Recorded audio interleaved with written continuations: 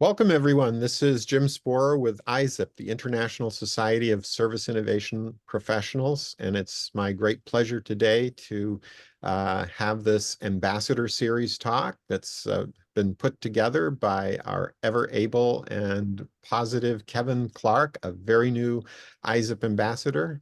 Kevin is a founder of Content Evolution, and I'll get into more introduction shortly. But Kevin, first, thanks to you for pulling together this great topic of customer wellness and fitness and bringing together the panelists, Mac Turner and Martin.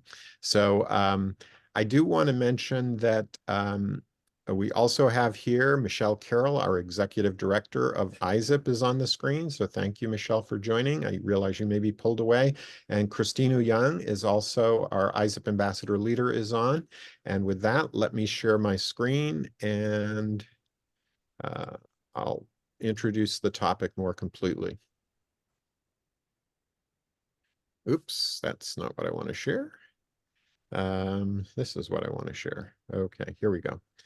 So again, I'm Jim Sporer. I'm on the board of directors of ISSIP. ISSIP is the professional association for service innovation professionals, and we look at new technical capabilities, new business models, as well as new institutional arrangements and laws to mitigate harms from innovation. So service innovation is a very general concept that we explore together in our community of practice of service innovation professionals.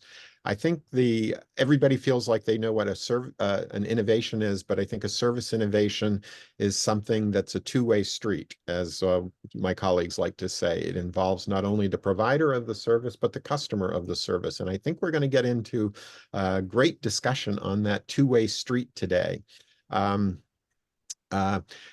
Kevin, as I briefly mentioned, is the founder of Content Evolution and a new ISSIP ambassador.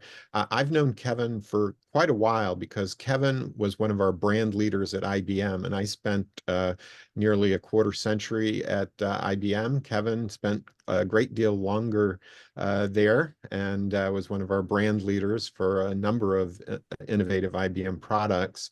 So Kevin, thank you again for putting this topic together. Martin, meeting you for the first time today, but Martin Vilsøe is the U.S. CEO of Implement Consulting Groups, and I did review your LinkedIn profile, Martin, very impressive, and it looks like your Implement Consulting Group is one of these super innovative, high-end consulting teams that really, again, has these fantastic relationships with customers, so look forward to learning from you today. And Mac Turner, Senior Vice President Emeritus for Marketing Insights and Research for Bank of America and Merrill Lynch. Again, Martin, it was a joy reviewing your LinkedIn profile and seeing your many accomplishments. And so I'm, again, delighted to have an opportunity to learn from you today on this exciting topic. Just to say a little bit more about the topic before turning it over to Kevin. Kevin, I just loved your abstract, and the first couple sentences were outstanding. So I'm just going to read them, and not the whole thing, but just the first couple. Customer wellness and fitness reveals the major cycles and moments of joy and disappointment in strategic service outsourcing engagements. At the core of this thesis is applying the physician's Hippocratic Oath to complex service engagements to do no harm. Service agreements describing these engagements generally last anywhere from 3 years to 10 years and represent hundreds of millions and at times billions of revenue over the contract period. And I have to say, I firsthand recall the IBM outsourcing deals. In fact, when I started the service research group at IBM, just one short story, I remember I was asked to start a service research group for IBM because most of our revenue was coming from our service business. And we had research for, hardware, for software, for chips, for everything you can imagine up the stack until it got to service. And we had no service research group. And that was my big challenge to start that for IBM. And I remember when they were asking me, so who do you want on this research team? I said, I want the guy in our global service business who, whenever a deal goes bad, they parachute in to fix it. I want that guy. I need that guy.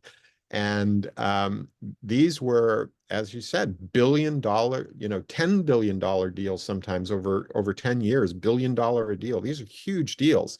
So making these work when they're so big and complex is a real challenge. And with that as my introduction, Kevin, please take us on our journey today. All right, very, very good. Really appreciate that introduction. And I really appreciate Mac and Martin joining us, right, for this conversation. So in honor of all of you and your time, some of these remarks are prepared and some of them are a little bit more, just from my background. So if you don't have customers, you don't have a business, you have a hobby. And that is a quote from one of my friends, Don Peppers, an author, right, on a number of business books and, the one-to-one enterprise and a number of others. So, smart person, does a lot of writing with Martha Rogers at Duke. Customers are the lifeblood of companies. And we're well advised to interact with our customers in ways that keep them well and fit so they can keep doing business with us and ensuring some of our own wellness along the way. This is the magic of mutual benefit. So that's kind of a foundational set of things that we need to start our conversation with. The research first conducted for IBM that continued with other firms after I went on and graduated, retired from IBM after a 30-year career, demonstrates that some of the most considered purchases on the planet, as we enter into relationships that can predictably cause both of us to get sick, all right? And the good news is it's preventable. The bad news is that we continue to repeat documented mistakes that continue out of organizational inertia and flatland key performance indicators and service level agreements that plague, right, the way that we, interact with our customers at times, and, give us the wrong basis and the wrong fitness landscape for our strategic relationships.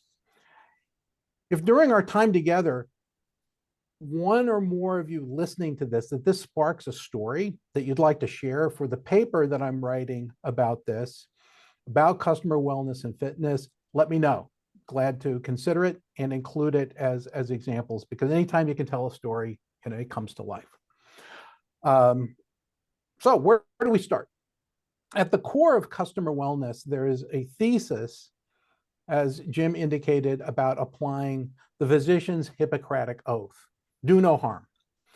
And this is a really good idea for complex service engagements. Let's start with the premise, going in with our eyes and ears open for the symptoms of sickness and not avert our attention in the way and on the way to closing a contract. Because sometimes just the inertia of wanting to close, right? We avert our attention and we don't pay attention to, hey, there might be some problems. Maybe we ought to slow down.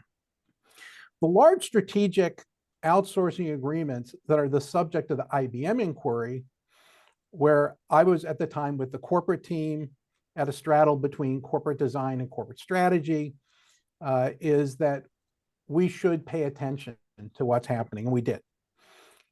What we discovered is that in the first 6 months and the before and the first 6 months after, representing a year's period of time, we could detect whether things were on track or were going off track.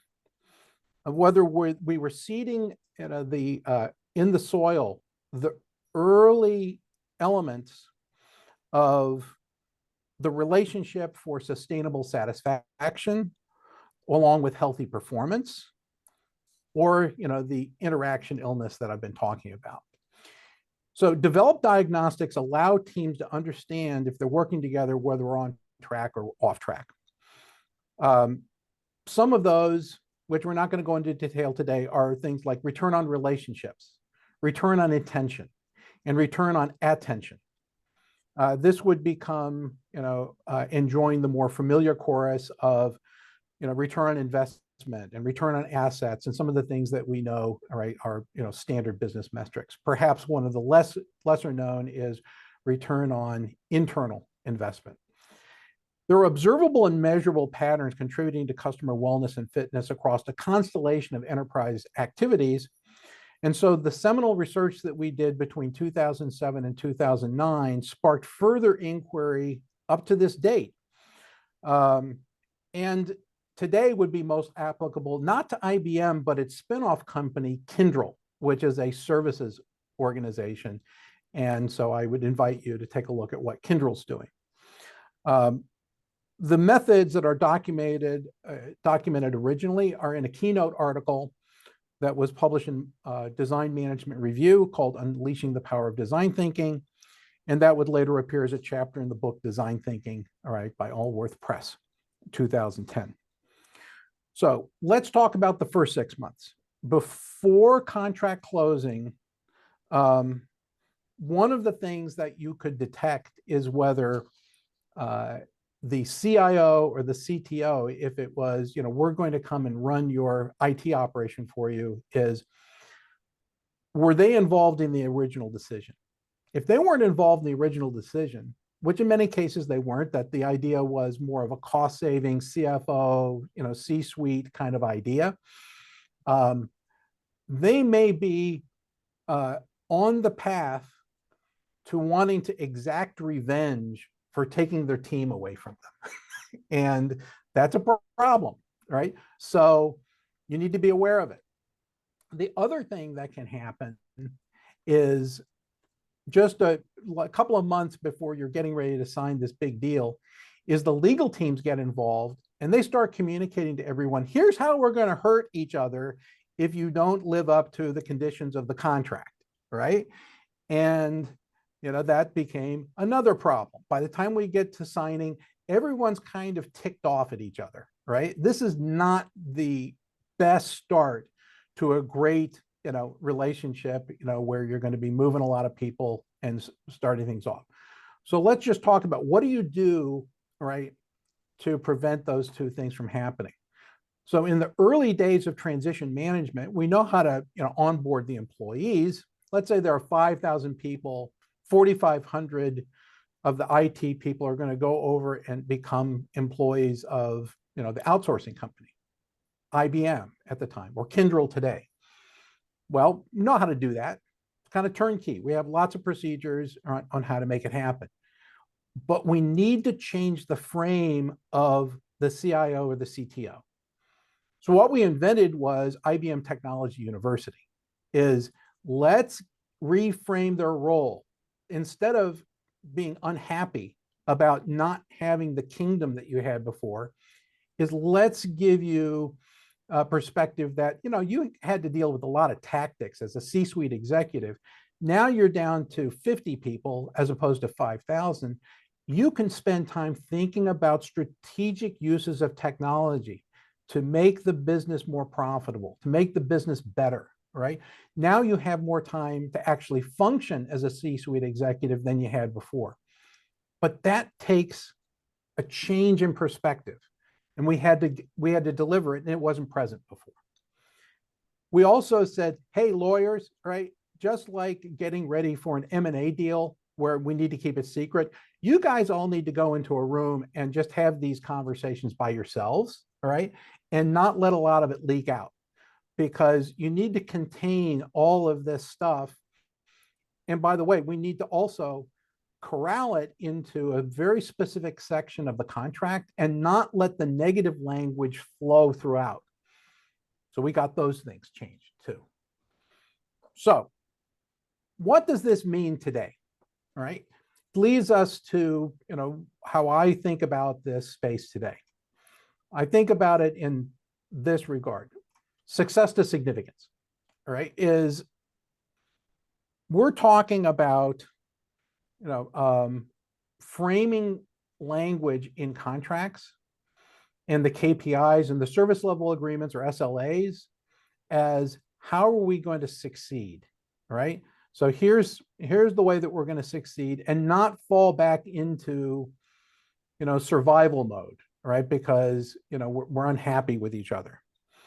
I'm going to tell you that from what I can tell, the things that you need to know about whether the relationship is going to continue over time is not captured on a dashboard that we normally construct to say, hey, we're on track, because it's a lot of tactics, and it doesn't really talk about the relationship, right, components.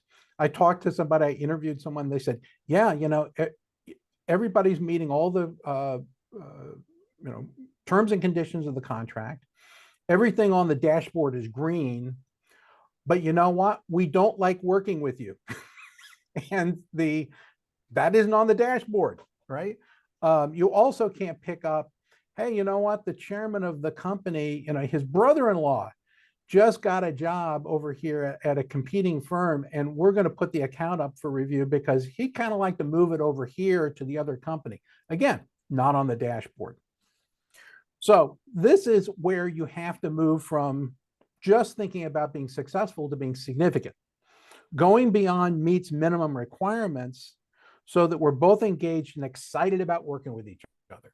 That needs to be part of the dialogue. At a macro level, this is talking about going beyond gross domestic product.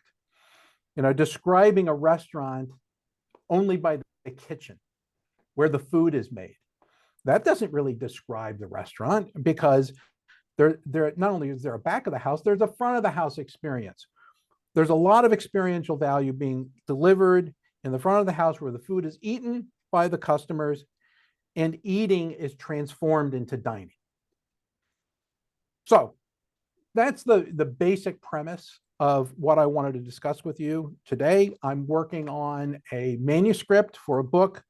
Working title is Success is Failing.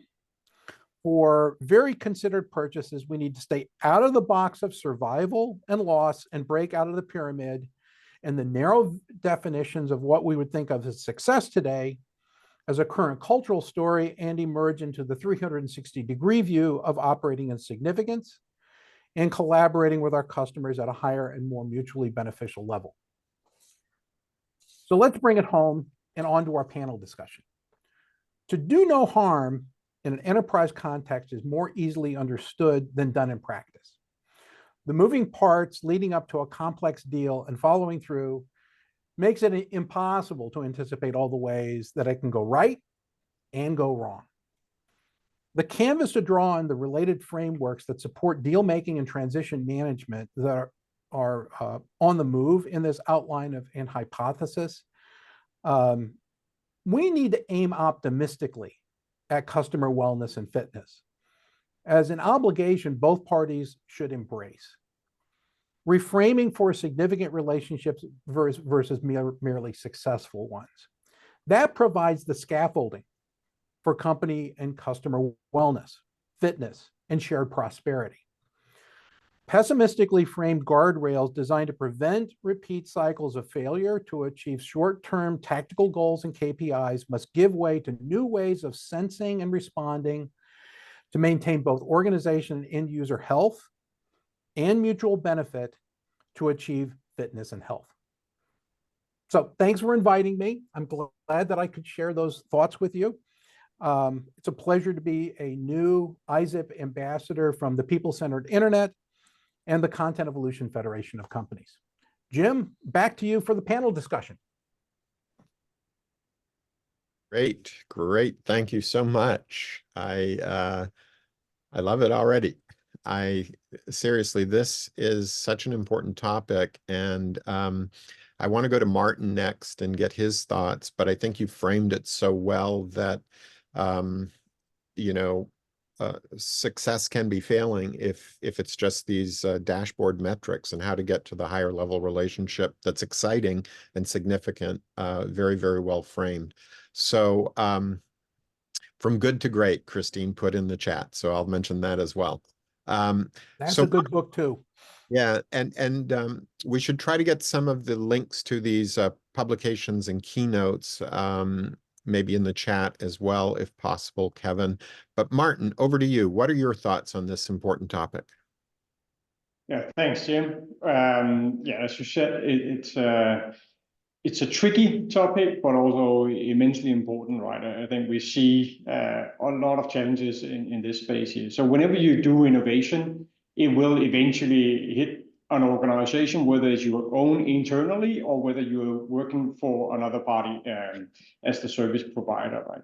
And when you do that innovation, of course, you need to think about what is then the impact to that organization. And I think, as you're just talking about here, there is a big challenge between setting up what are the success criteria that we are working with, and these SLAs and so on, and then what is actually the impact we're trying to achieve. And there's a difference between the two, right? Because you may be able to hit all the success criteria and still not really deliver the full experience, right? So to Kevin's analogy on the dining experience, right? You get the meal, but you didn't really get an experience. And it's a little bit the same here, right? And I think there's something where we are often honing in on the business side and maybe the cost savings or whatever it might be, but we are forgetting the behavioral aspects of these change and transformations that needs to happen. In the end of the day, and I know there's a lot of AI out there and a lot of AI talks, we'll come back to that, but in the end of the day, organizations are full of people, right? So if you are providing a service, you do have people in the other end. So what is it that they should experience, and how should they take on this innovation, this change, this new contract you might be establishing? That's something where it's I think we underrate that all the time, right? So we need to do more there, communicate better when we do these things, but also be more conscious in our choices about that change and what it means for behavior and people. So those are some thoughts, Jim.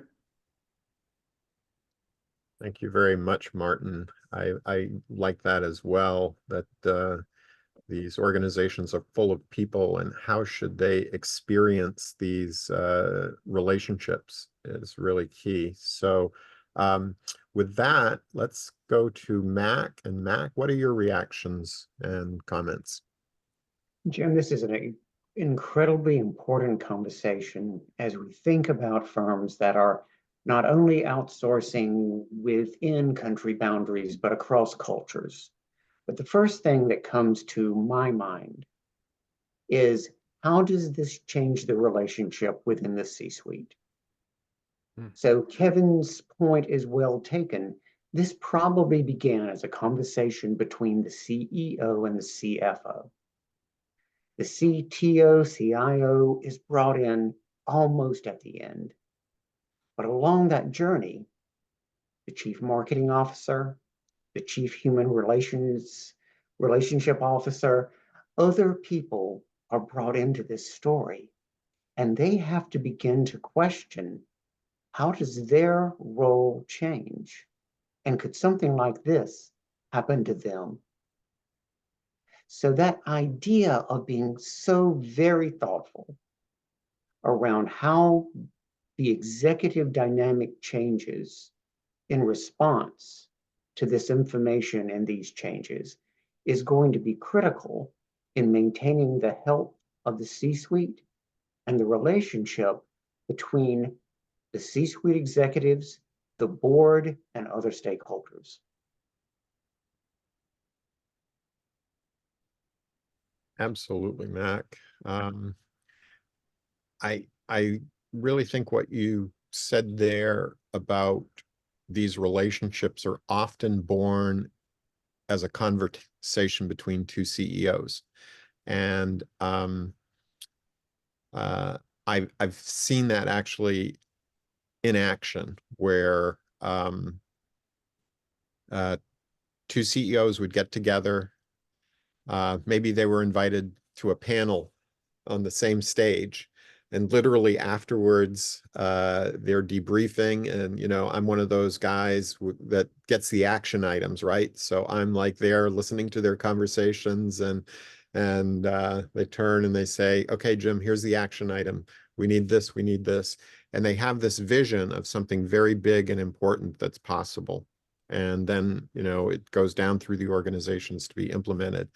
And I did put into the chat a book called that my service research group at IBM Service Research, we came up with a book, Can Two Rights Make a Wrong? And it was all about strategic outsourcing relationships, and tangible culture was the methodology we were developing and we write about in this book. But it is— I know the author of that book, right? She's quite good. I think she retired in Arizona, if I'm not mistaken. Yeah, that's Sarah Moulton Rieger. She was— So I think that Sarah Moulton Rieger. She was part of my service research team, and she was very active on the American Express IBM relationship, a huge, huge relationship, as you can imagine. So that's a good book. But back to Mac's point, this whole issue of you know, the great idea is born between the CEO conversations, and then it's got to propagate down through thousands and thousands, sometimes tens of thousands of people on both sides of the you know, relationship. That's such an important and key point. I want to just ask you, Mac, in your roles that you've had, and especially your role with Bank of America and Merrill Lynch, when you think back of the big strategic outsourcing arrangements that you had, are there any that any maybe stories for Kevin's book, or, you know, Protect the Innocent, of course, but just, you know, I like several of the concrete examples that Kevin gave, and I'm wondering if we can share with the ISSIP community some concrete examples, like, you know, that example you gave, Kevin, of the brother of the CEO goes to work for a competing firm and suddenly the whole thing goes under evaluation. That may sound hypothetical. No, that actually happens. Those things happen. No, I mean, this is documented in the research, right? And I was reporting it back to, you know, IBM C-suite, and they're kind of going, because we had a tendency to hire a lot of people from the planet Vulcan, right? That they were very logical, but the emotional components, you know, were, and it's like, oh, you know, we're doing everything right. And I said, yeah, but, right, you know, there's something, we need to have more situational awareness than we're manifesting right now. And before Mac, I want your answer too, but I want to just tell you something. Another thing that happened later in research is we discovered for M&A that two executive conversation over dinner that then comes back to the respective staff organizations normally is, hey, you know, I just talked to, to Charlie at dinner last night, and we have an idea. I want you to go look at, right, what are the possibilities of, you know, whatever, and you end up with, you know, Daimler Chrysler, right? And the staff organizations do not take this as a request for evaluation. It immediately gets converted to the boss wants this to happen, right? And that's not their intention. Their intention is, you know, give me completed staff work on whether this is a good idea or not. But it gets corrupted almost immediately into how do we make this happen, right? And that's a mistake, because you should be evaluating, hey, do you think that Stuttgart and Detroit are going to get along? I could have predicted the day that that was announced that it was probably not a good idea, right? In any event, Mac, how about a story? Kevin, Jim, and really have to talk in generalities around the idea, at least at the moment. However, I want to go back to that idea of how do you not destroy relationships in the C-suite? Yeah. How do you make sure that the conversations that you are having bring that CTO in maybe earlier than you thought you were going to, and you have a real heart-to-heart? This is what we're looking at. This is how much money this could save. This is how we would be confident that quality in relationships would be maintained. And because I respect you, I'm not going to surprise you. I want you to lead this effort and this conversation. And I rarely see that in practice broadly across corporations because far too many people are surprised. And it sets up Mercutio's curse from Romeo and Juliet. A plague on both your houses. I am going to exit and I'm going to leave this mess to you. So making sure you keep your strategic resources and that those people are happy and contributing really forces you to change how you might have thought you were going about this and leaving it to be a surprise at the end of the journey. Great. I think your insight, Mac, about that if you see this happening in another organization, that you say, am I next? Right? Is that how do you restore trust across the other support organizations? Because you say, they're beginning to outsource human resources. They're beginning to outsource supply chain and purchasing, right, operations in certain parts of industry. I wonder whether this is an indicator that, we could be, right, the next organization. And if you start to create that uncertainty, talent starts to evaporate because they say, oh, I'm not certain anymore whether this is the place I ought to be, right? And that's a bad, you may not be trying to signal it at all, but you could be, right? And so you've got to deliver that advice and counsel at the same time that you're incubating the very specific deal is, don't let this happen to you. And it's so important to be transparent, to be honest, and to be early, even if that doesn't feel like the way it's done in other places. Far too often, and we see this now, and this is a timely conversation because over the past couple of months, we've seen a number of chief marketing officer positions dissolved. We've seen CHRO positions go away.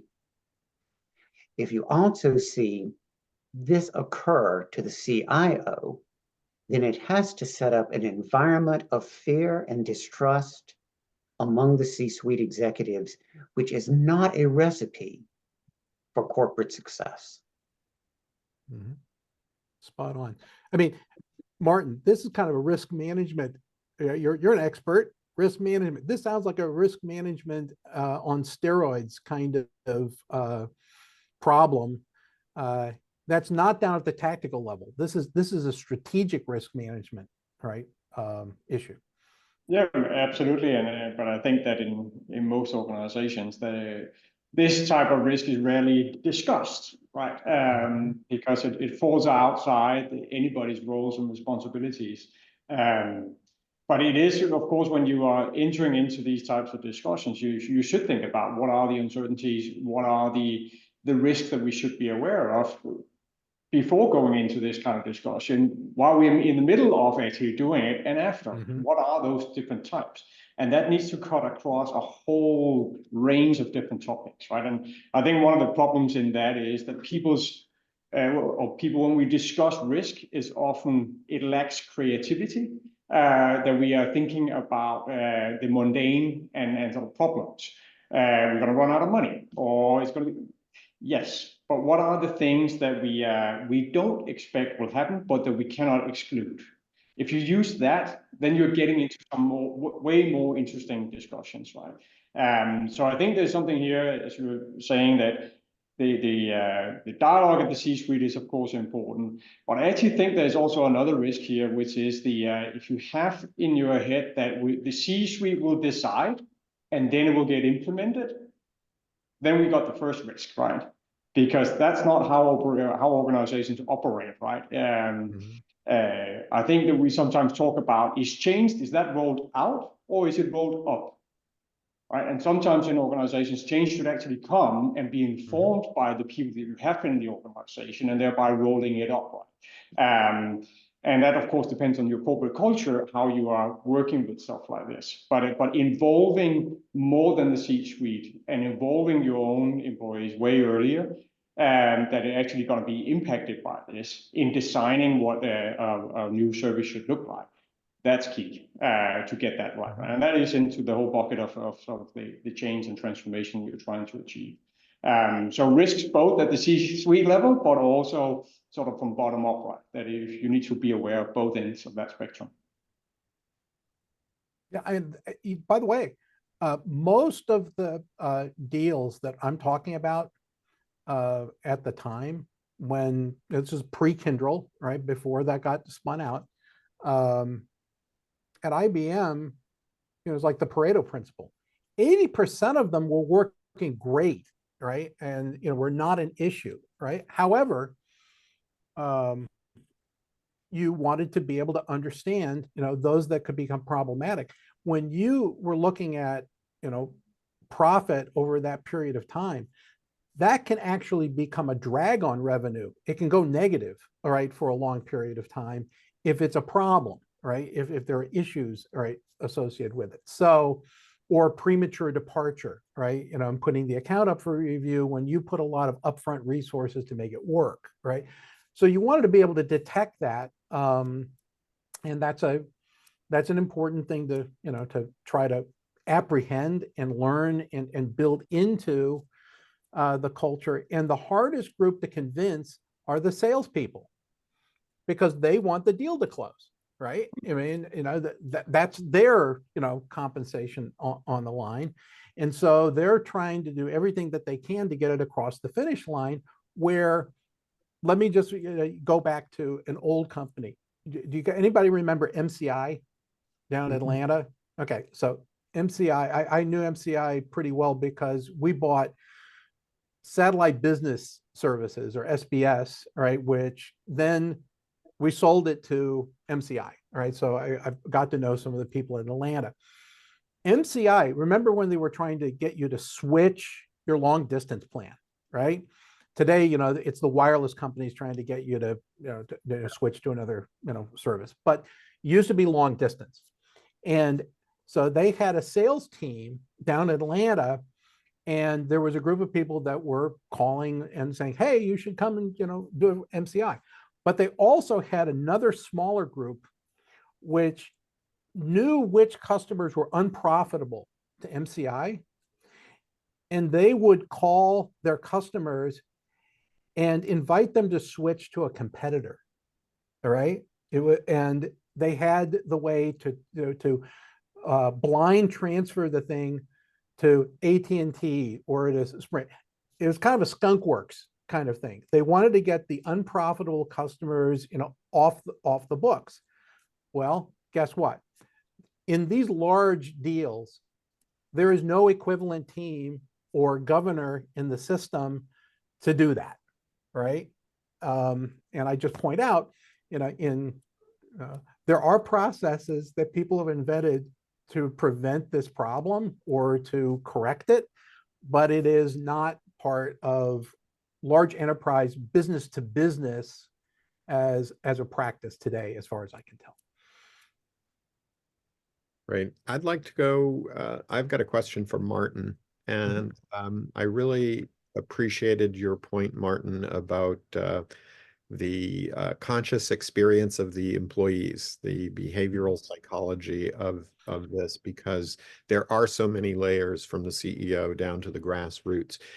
Do you have a story of, and it doesn't have to be firsthand, it could be just, you can imagine that in something that's happened maybe in recent history where the employees got a huge psychological boost from some strategic relationship that opened up. Maybe I'll seed this with an idea. I've got to imagine over at NVIDIA, when it was primarily focused on video games, and all of a sudden some universities started using the graphics cards for doing AI, and then the AI thing started booming. There must have been a lot of employees that were feeling great about this huge market opportunity that was opening up. Do you have any examples of where you think that, you know, business is booming and great kind of experience going from, I guess, going from what Kevin called Success to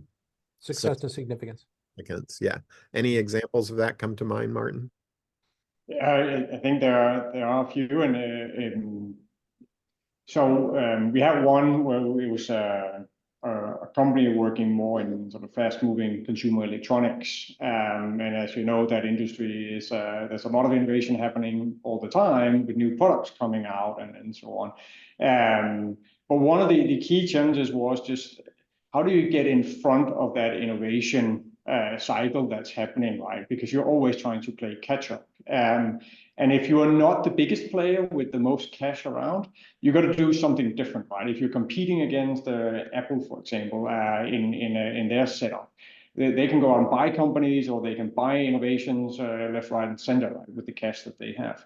So if you're smaller than that, I think the key is to then say, okay, how do we actually go into an organization and poke at the imagination of our own employees, right? And we saw this with an organization in Denmark that also because of COVID, suddenly their products were a lot more out there in the world because everybody was suddenly doing video conferencing and so on, right?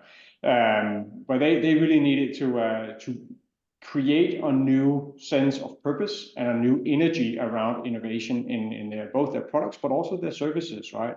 Because if you're just stuck in the hardware and not providing the service afterwards, or the interaction you can do through an app or whatever, then you are not getting the full value that you can from your customers, right? And this organization did this drive towards engaging their own employees on a whole other level in terms of innovation, and actually setting out success criteria around that and started measuring the internal rate of innovation and how they could increase that. So basically taking it out of the R&D department, or still having the R&D department, they're important guys, but they're maybe more on the engineering side in this example here, but doing it from the user experience, from the app side. How can we do innovation across the value chain, basically, and get all employees involved in that? And that saw a huge boost in both their success, but also in the employee morale. So I think that would be an example that's sort of fairly recent. I might point out, Jim, and I know that you spent some time earlier in your career at Apple. The most recent pulling the plug on the Apple Auto, group is a good example of success to significance, because in my humble opinion, that group, reportedly was oscillating between success and survival because they weren't tuned into the larger idea of how can we develop situational awareness, right, that would allow a number of different things, whether it's, our handheld products, whether it's an automobile, whether it's, something else. How can we start to think about kind of the old Intel notion of how can Apple be inside of something else, all right, to be able to navigate the world successfully, right? And that's why, in my opinion, it melted down, is it didn't have the higher idea as a gravitational well to hold it together. And therefore, because it couldn't become an automobile, or it couldn't become, a navigation operating system or whatever, we need you to go over here to the AI group, for those of you who are left. Well, guess what? That's the bigger idea now. So, once you have this framework in your head, things start to fall into place, and you say, oh, that's why that didn't work, or this is why something could become, a organizing principle, as opposed to just a current, moment KPI, exercise, right? Because if you're going to be thinking about what is the next wave after the thing that's currently successful, that's where you're playing in significance. And Mac, you've spent time, right, in this space, incubating new things to do in banking and services, where people didn't even know they wanted to do it yet. right? Yeah, and Kevin, that's right. And really getting inside and letting your customers and your clients experience the idea.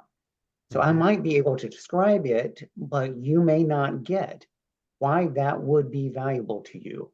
But Mhm. creating those laboratories in which people can come in and actually experience the innovation and understand how it's going to be better than what you're doing right now, that would justify making a switch, is so critical in developing the idea and then understanding how to communicate it so that you can get up that sales curve very quickly, so that your CFO and your finance department isn't coming back and saying, where are those earnings you promised? Well, Mhm. those earnings are spread over time, but the better we can get a positive word of mouth going, the quicker that first sales bump is going to be, and the quicker our innovation is going to spread through the market. But you also made a really critical point around KPIs, back to our original conversation. So when you're going through this outsourcing process and you're not bringing in your team and the people who are experts on the KPIs and the confidence intervals, then you have the risk of setting your boundaries so wide that any level of performance is acceptable.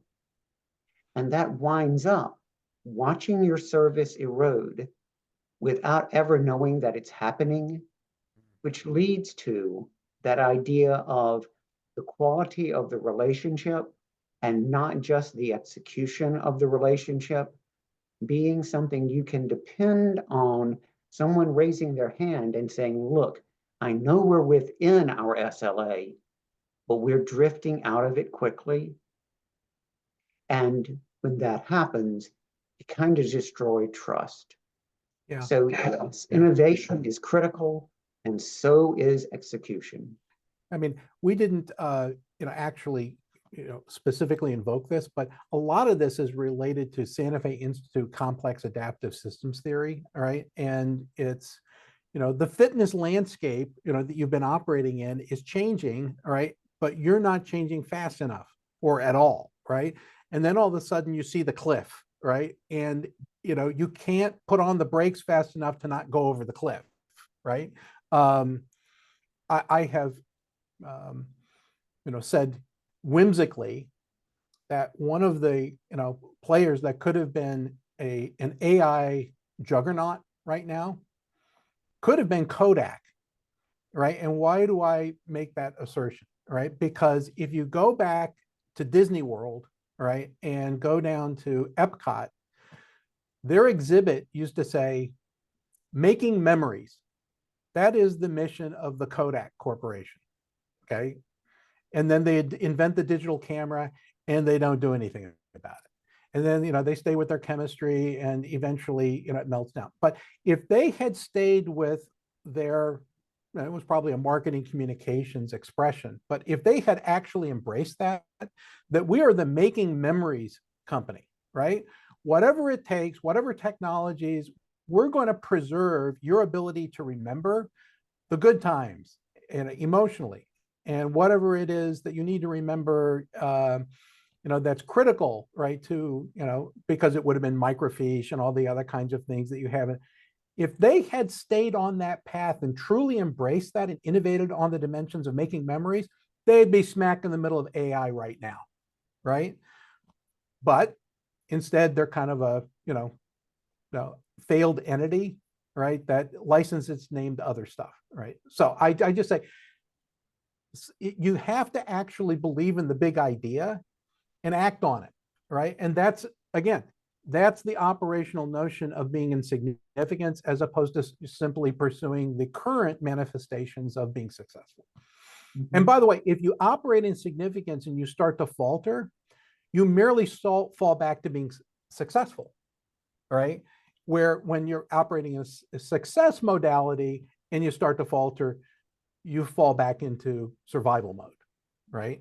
So which way would you like to go? All right. I think oscillating between success and significance is better. I think that's a great hypothetical story there of Kodak sticking to the making memories. That would have been an example of going from success to significance for sure. And Christine Young, who's our ISSIP ambassador leader, and she's involved heavily in IBM strategy these days. She put in a note about our innovation jams that we have at IBM about getting everybody involved in the process. And sometimes these things for days or weeks to find those big, hairy, audacious ideas. And then, of course, nurturing them becomes the difficult thing, and selecting and nurturing and growing them, which I guess, I guess, let me ask an ecosystem question to all three of you, if I may. So we know, the players, the businesses that are creating these strategic outsourcing relationships with each other, they're part of ecosystems.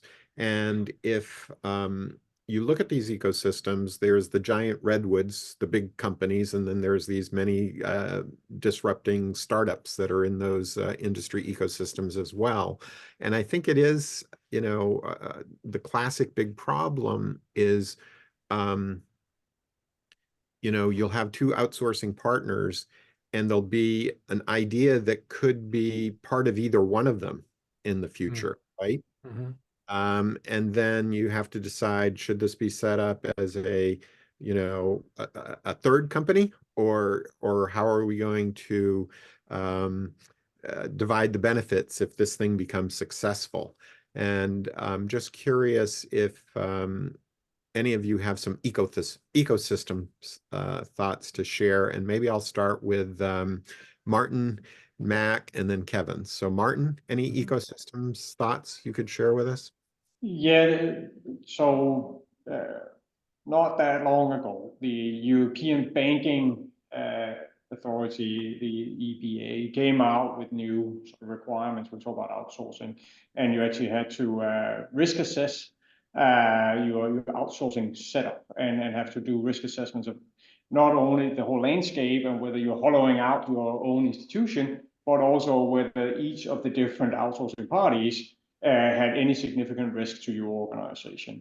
And the intent is, of course, to make sure that banks are a real company and not just an empty shell that are out there. And what this has done is it's proven one point from an ecosystem perspective that was really tricky, and that is it's very, very hard these days to be a bank and then get around Google, Microsoft, and Amazon, because they host most data in the world. So there's something there from a risk perspective, and who are you actually going with, and are you ending up putting basically all your eggs in one basket, right? And that has created some challenges. And it's a challenge for the individual bank, but it's actually also a challenge for the industry in a given country. That maybe if you have all the banks putting all their eggs in the same basket, then suddenly you've got a systemic risk that you need to address. So there's something at that level where, as you're talking about the big pillars in the industry, right? What does that mean? Does that actually give us more or less risk, right? Because you could also argue that some of these big players, they are better at managing issues like cyber risk or other things than some of the smaller players, right? But it's really, really tricky to do all these things, right? And as a bank, it may these days, and I'm sure Mac, he has perspectives on this and much more knowledge about it than I do, but it was certainly a challenge looking at these things to try and assess for the bank, what are the choices that we actually have, because it's limited. Very good. Great example, Martin. Mac, any thoughts on the ecosystem? Yeah,